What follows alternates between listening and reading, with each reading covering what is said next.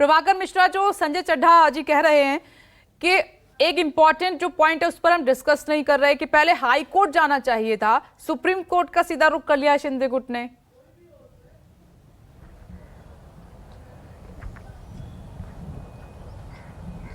विपनेश, मैं संजय चड्ढा जी को सुन रहा था और जो याचिका देखने के बाद जो बात समझ में आती है, ऐसे तो बात सही है कि हाई कोर्ट ही जाना चाहिए था, लेकिन याचिका में जो इन्होंने पॉइंट रखा है वो पॉइंट ये है कि अरुणाचल प्रदेश मामले में सुप्रीम कोर्ट ने अपने फैसले में कहा कि अगर स्पीकर या डिप्टी स्पीकर के खिलाफ उसको हटाने का प्रस्ताव लंबित हो, ऐसे में स्पीकर और डिप्टी स्पीकर किसी विधायक को एंटी डिफेक्शन लॉ के तहत नोटिस जारी नहीं कर सकता। ये चूंकि जो फैसला था ये सुप्रीम कोर्ट का फैसला है और उसी सुप्रीम कोर्ट के फैसले को आधार बनाकर यहाँ डिप्टी स्पीकर के नोटिस को चुनौती दी गई है, तो जाहिर सी बात है कि इस मामले में हाई कोर्ट नहीं जाया जा सकता, इसलिए कि फैसला सुप्रीम कोर्ट का है और सुप्रीम कोर्ट में ही सुप्रीम कोर्ट के उस फैसले की बात की जा सकती है और यह दुहाई दी जा सकती है कि माय लॉर्ड, आपने फैसला दिया था और आपके फैसले के खिलाफ जाकर के यहां पर डिप्टी स्पीकर ने ये नोटिस जारी किया है। तो यहां जो मैं समझ रहा हूं कि यहां पर जुडिक्शन के मामले में सुप्रीम कोर्ट में एकनाथ शिंदे के धड़े का आना,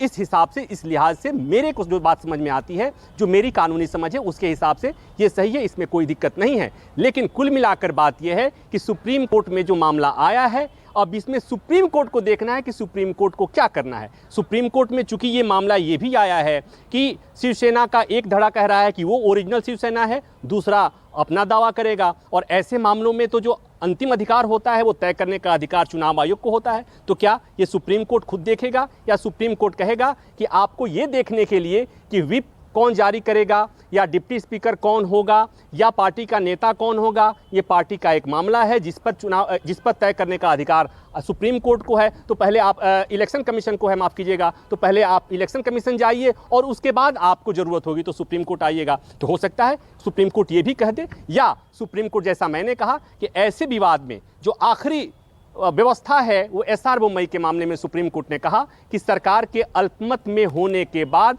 सुप्रीम कोर्ट ने ये कहा है एसआर बोम्मई के मामले में कि बहुमत सिद्ध करने के लिए एकमात्र जगह है वो है फ्लोर ऑफ द हाउस, यानी कि सदन के भीतर ही बहुमत तय होगा, सदन के भीतर की कार्रवाई है। तो हो सकता है कि सुप्रीम कोर्ट ये कहे कि तब जब बाकी चीज़ें बाद में तय होती रहेंगी, पहले आप जाइए और सदन में अपना विश्वास मत हासिल कीजिए। तो ये तमाम चीजें क्या होगा क्या नहीं होगा, सर्वोच्च अदालत क्या कहती है इस पूरे मामले में जो सियासी संकट आया हुआ है उसी के बाद, क्योंकि अपनी अपनी चालें नेता चलेंगे सुप्रीम कोर्ट के फैसले के बाद ही।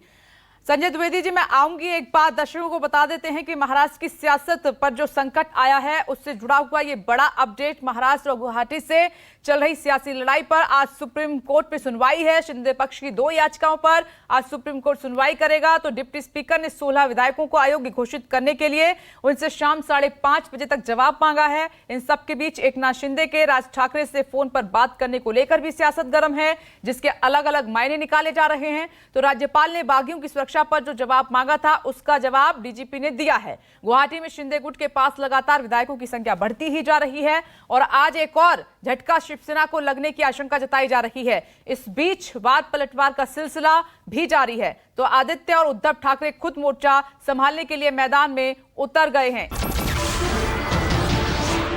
नमस्कार, मैं हूं मानक गुप्ता। अगर आपको हमारा ये वीडियो पसंद आया हो तो इसे लाइक और शेयर जरूर करें और हां, हमें सब्सक्राइब और फॉलो करना ना भूलें ताकि आप देश और दुनिया की कोई खबर मिस ना करें। तो जुड़े रहिए हमारे साथ और देखते रहिए न्यूज़ 24।